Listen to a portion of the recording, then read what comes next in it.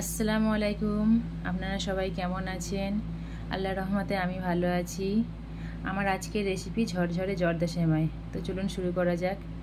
এখানে গ্যাসের উপর একটা কড়াইয়ে 4 চামচ পরিমাণ সাদা তেল নিয়ে নিয়েছি আর দিয়েছি 2 চামচ পরিমাণ ঘি। তেল ঘি গরম হয়ে এলে দিয়ে দেব কিছু ড্রাই ফ্রুটস। এর মধ্যে আছে কাজু বাদাম কুচি, কিশমিশ আর আমন্ড বাদাম কুচি। সমস্ত ড্রাই ফ্রুটস নেড়ে চেড়ে খুব ভালোভাবে ফ্রাই করে নেব। ফ্রাই করা হয়ে গেলে এগুলো তেল থেকে উঠিয়ে নেব। এবার দিয়ে দেব একটা তেজপাতা, একটা দারচিনি আর 3টে ছোটো এলাচ। এগুলোকে নাড়াচাড়া করে খুব ভালোভাবে ভেজে নেব। ভাজা হয়ে গেলে এর মধ্যে দিয়ে দেব সেমাই। সেমাইগুলোকে খুব ভালোভাবে ভেজে নিতে হবে। এক পিঠ হয়ে এলে দুটো হাতার সাহায্যে এভাবে উল্টে অন্য পিঠটাকেও ভেজে নিতে হবে।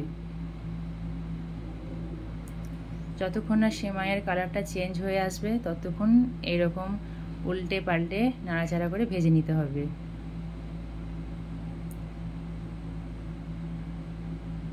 তো দেখুন আমার সেমাই ভাজা কমপ্লিট হয়ে গেছে। এবার এর মধ্যে অ্যাড করে দেব 4 চামচ পরিমাণ চিনি আর 1 চিমটে লবণ। সমস্ত কিছু ভালোভাবে মিশিয়ে নেব। মেশানো হয়ে গেছে। দিয়ে দিলাম ফ্রেশ কোরানো নারকেল আর ফুটিয়ে রাখা 1 কাপ পরিমাণ দুধ। দুধটা আমি অল্প অল্প করে মেশাবো। কিছুটা দুধ দিয়ে নেড়ে চেড়ে মিশিয়ে নিয়েছি, বাকি দুধটাও দিয়ে দেব। তো দেওয়া হয়ে গেছে।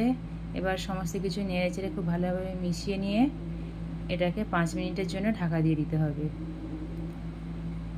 5 মিনিট পর দেখাচ্ছি। দেখুন সেমাইটা খুব ভালো মতো সেদ্ধ হয়ে গেছে। এবার এটাকে নাড়াচাড়া করে শুকনো করে নিতে হবে। এবার এখানে দিয়ে দেব ফ্রাই করে রাখা ড্রাই ফ্রুটসগুলো।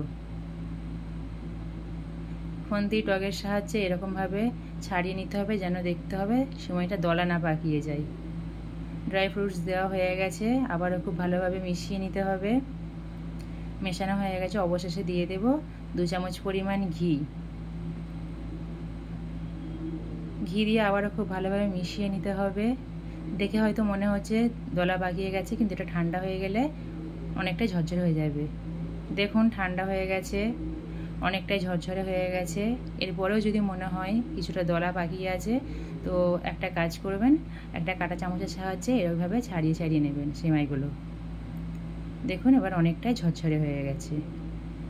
তো আমার ঝরঝরে জর্দা সেমাই রেডি হয়ে গেছে। রেসিপিটি কেমন লাগলো কমেন্ট করে জানাবেন। ভালো লাগলে একটা লাইক করবেন আর আরও নতুন নতুন রেসিপি পেতে চ্যানেলটিকে ফলো করে রাখবেন। আল্লাহ হাফিজ।